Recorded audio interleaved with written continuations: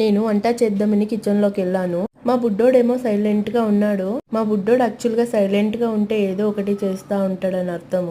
ఏదో ఒక dining table పైన ఉన్నదంతా కిందకేస్తూ ఉంటాడు. షోకేస్లో ఉన్న ఫొటోస్, బుక్స్ అన్నీ కిందకేసి పగులు కొడుతూ ఉంటాడు. బుక్స్ అయితే బాగా చింపేస్తూ ఉన్నాడు అనమాట ఇప్పుడిప్పుడు. కానీ ఇలా అయితే చేస్తాడని నేను ఎక్స్పెక్ట్ చేయలేదన్నమాట. ఆల్బమ్ అంతా తీసి అన్ని ఫొటోస్ అంతా కింద వేసినాడు. యాక్చువల్గా అందులో ఉన్నదంతా ఒక్కొక్క పేజ్ ఉంటుంది కదా, కవర్ పేజెస్, అదంతా చింపి పడేసినాడు అనమాట.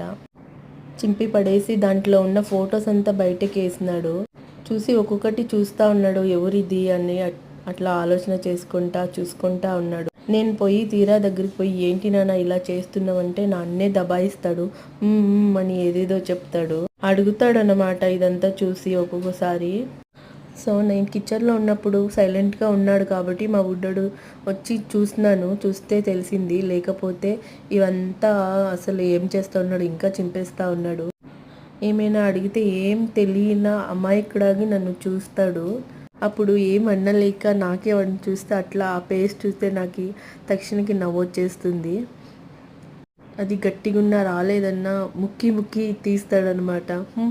అంటాడు అని ఓపెన్ చేసి ఇక్కడైతే చూసి మా బాబాయ్ని అయితే ముందే చూసినాడు. మా బాబాయ్ ఫొటోస్ చూసి అడుగుతూ ఉన్నాడు అనమాట.